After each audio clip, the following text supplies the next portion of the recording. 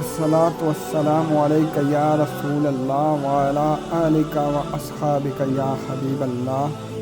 एक अर्ज़ पुरानी लाया हूँ सरकार निगाहों में रखिए, दुनिया से बहुत घबराया हूँ सरकार निगाहों में रखिए। मोहतरम सामीन, अस्सलामु अलैकुम व रहमतुल्लाहि व बरकातुहू। उम्मीद करने हैं कि तुसां अल्लाह ने करम और फजल नाल ठीक और आबाद हो। अल्लाह ने करम और फजल नाल अपनी दुनिया हसने बसने हो। अल्लाह तबारक व तआला सारे की इसी तरह हसना और बसना रखा है। मौला पंतन पाक ने सदका सारे पर करम करा है, आमीन।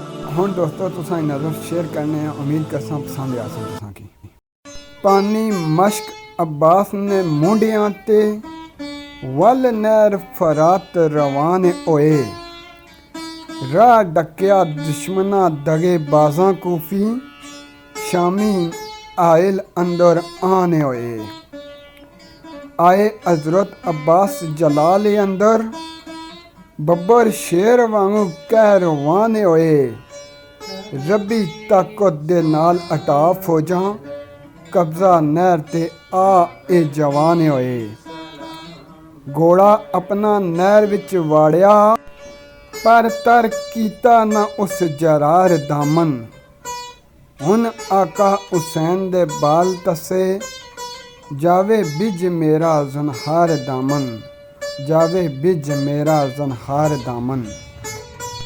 परते गाजी अब्बास फरात वल्लों, मश्क पानी दी मुंडियां ते चाके ते, आउंदा वेख के आप नूं नहर वल्लों, फौजां आ गईयां हम हुमा के ते। शोर पै गया पानी ना लै जावे, किसे हाल ए जरी बचा के ते।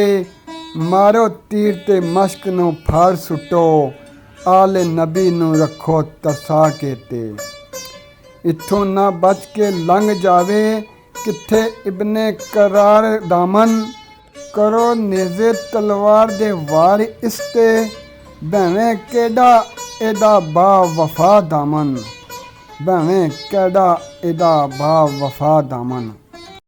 घेरा पाया चफेरियों ज़ालमां ने, हर पासियों वार ओ करन लग पे। इधर गाजी अब्बास भी नाल जुर्रत, उस ज़ुल्म सितम नूं जणन लग पे। कीता आपने वध के जद हमला, बिना मौत आई कई मरन लग पे। पानी डिग गया ते फिर आस टुट गई, इंज जा पिया लेख उन अरन लग पे। दोनों बाजू जनाब दे कलम होए, सह सकिया ना मश्क दा बार दामन।